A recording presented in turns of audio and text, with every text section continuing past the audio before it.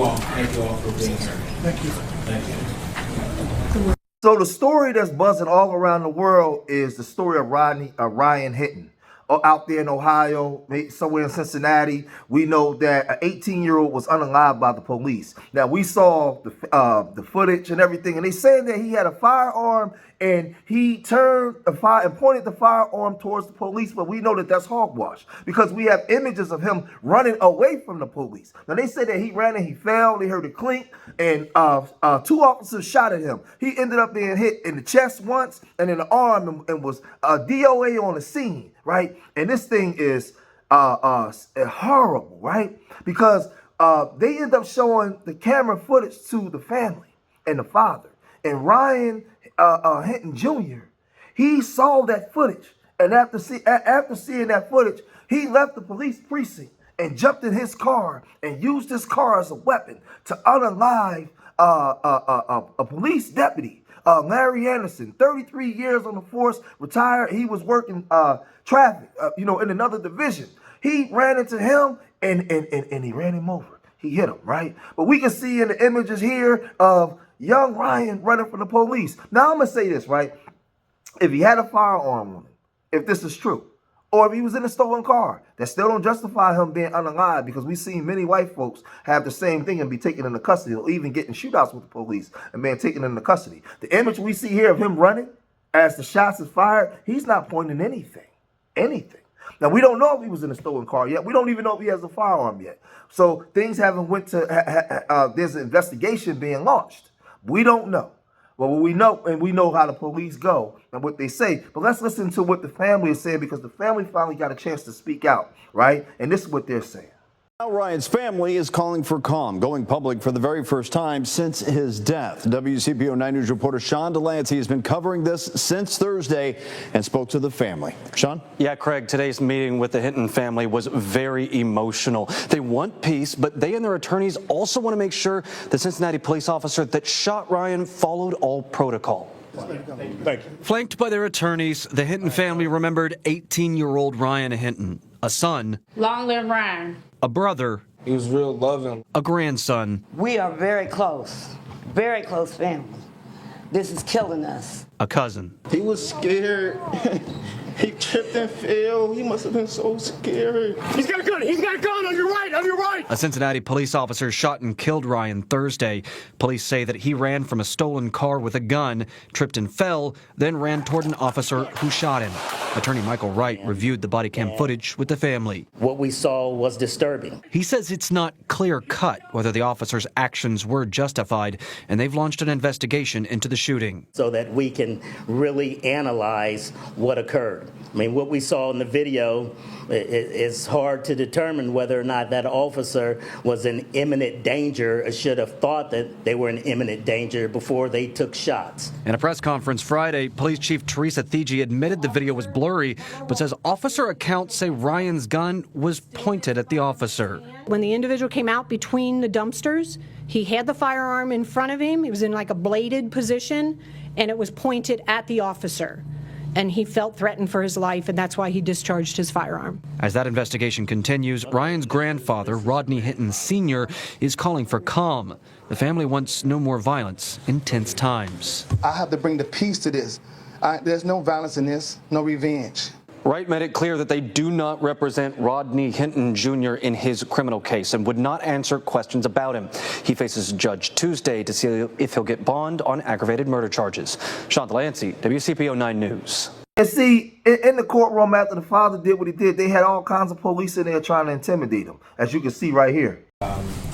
So the court will now set no bond until Tuesday when we'll review the statute for continuing no bond under these unusual and very tragic and terrible circumstances. Where will the defendant be housed, and will he be safe? And I ask that because he was transferred, as I understand it, to Clermont County yesterday. That's correct. On my order. That's correct. And will he be returned to Clermont County until Tuesday? It's all understanding he'll be returned to Clermont And County. you have a safe environment for him there in Clermont County? Yes, sir. You'll return him on Tuesday, May the 6th at 8:30 a.m. for a hearing at 9 o'clock in the morning? Yes, sir.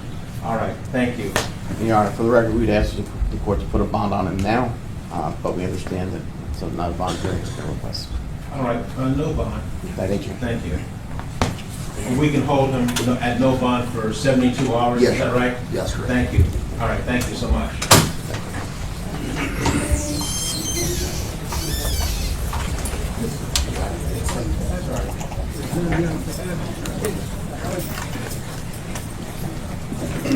Thank you, Your Honor. No, thank you all. Thank you all for being here. Thank you. Thank you. All right, so you had a whole bunch of police in there surrounding him, making all kinds of gestures and everything. And that they shouldn't be allowed to do that, but they do what they want to do. And we already know how Ohio gets down, right? But it's a sad thing. It's a sad thing. A young 18-year-old is unalived again by the police. And again, I keep telling y'all, we have nothing on the books to protect us. We don't, as black people, we're the most vulnerable race in this country because we have no way of knowing if anybody's race is against us. We just have to trust them. And no matter what group you are, nobody has been through what we've been through in this country or had the things done to them. So if somebody's race is against us or have a preconceived notion about us, we have no way of knowing. We just have to trust them. So I have no way of knowing that when he took off running, that cop was calling him an N-word and saying, hey, one less N-word I have to think about. I'm going to take him out. I have no way of knowing that. I have to just trust the police and trust the people who has historically oppressed us, right? We have to just go along with that. No, we don't. But that's what you tell us, right? But let's listen to what Tariq Nasheed had to say about this incident. We'll come right back. That's Ohio for a minute. There's a case out in Ohio. There's a brother named Rodney Hinton Jr. The other day, his son, he had an 18-year-old son. His son was killed by race soldiers. His son got killed by the police, 18 years old. Black kid.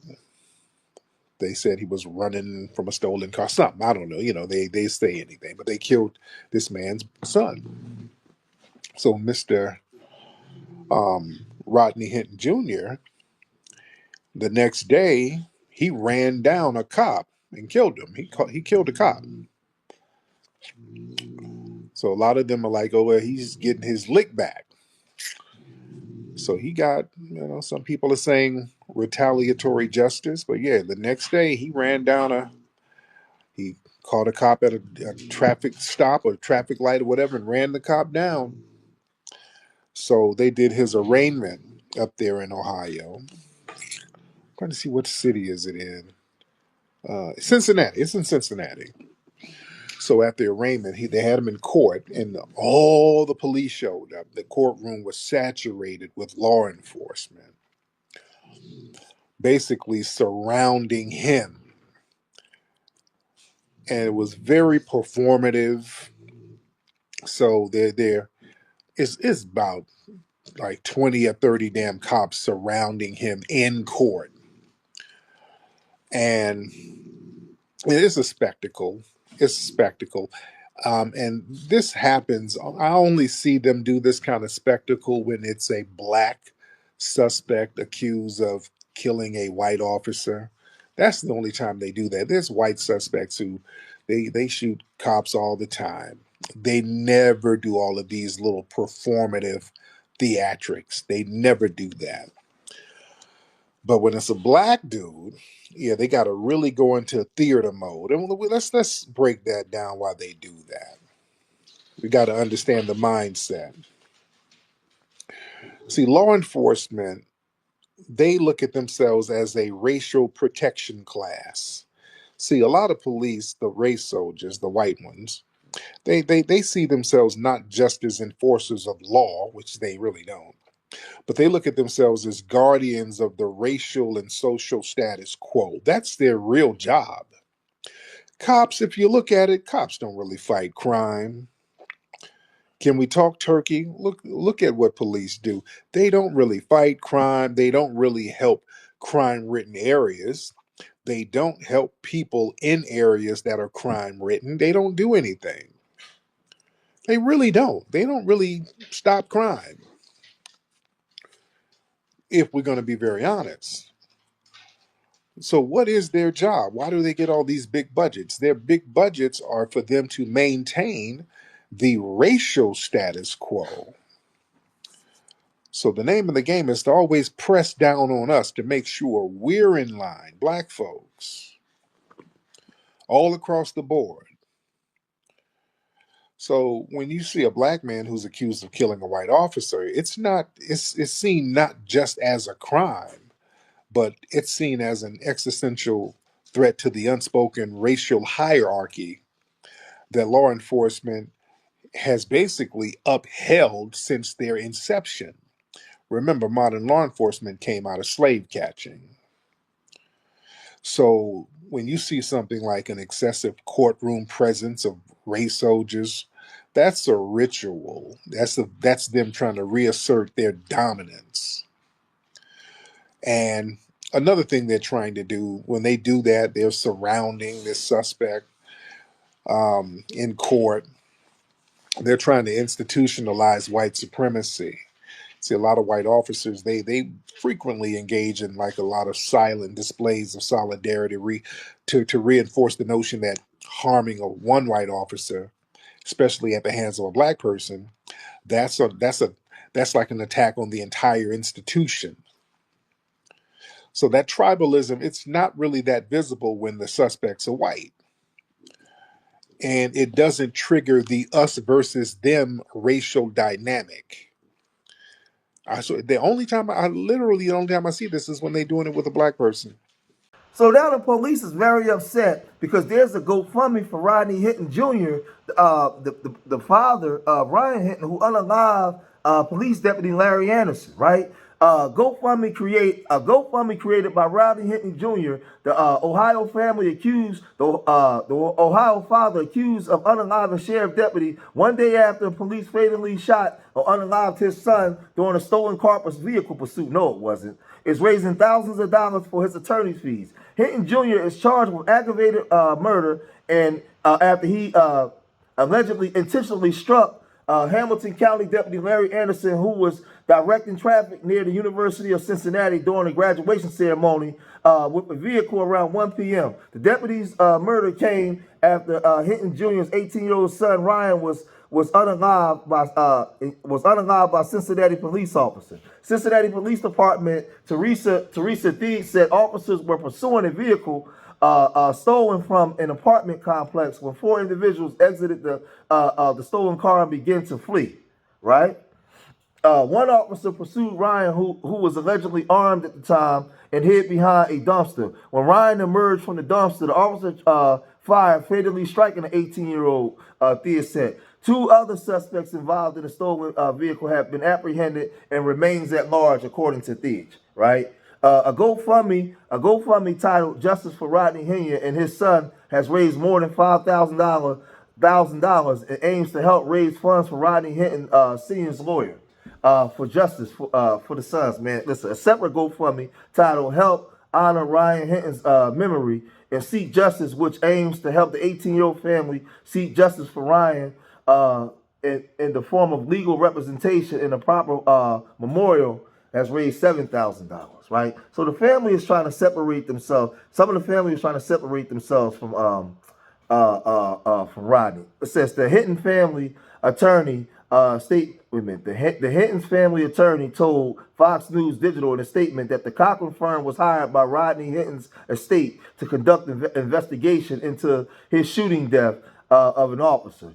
We are in the preliminary stages of the investigation, the family's attorney said, adding that on Friday, Hinton's attorney members and Cincinnati police attended a meeting together to view body camera Rodney Hinton's shooting death. Ryan Hinton's family, including Ryan's father, was present at the meeting, and they were understandably distraught. Man, this is crazy, man. After the body cam footage, right? So after he got that, he went and he unalived the police officer, man. And they're mad because they got a GoFundMe up, and they want the GoFundMe took them down. So you got the Ohio governor ordered flags to be lowered for Henderson. It's just a whole bunch of stuff. Listen, let me tell y'all something, man. We ain't got no friends. Everybody's against us, man. And this case is going to be difficult because they're saying that he was in a stolen car, he had a gun. So 90% of black people ain't going to support him, because when white folks tell black people not to support something, black people don't do it. We do. A lot of y'all do whatever Mr. Charlie tell y'all to do. So we got to wait till all the facts come out, man. We got to wait till all the facts come out. You know, we don't see, we can clearly see here, we don't see him pointing no gun. We see him being running away when he's being shot, as usual. But I'm going to cut this video short here, man. If y'all made it this far in the video, hit that like button, man. Subscribe to Street Media TV. Leave your comments in the comment section. Let me know what you guys think. Remember, I love y'all. Till next time. Peace.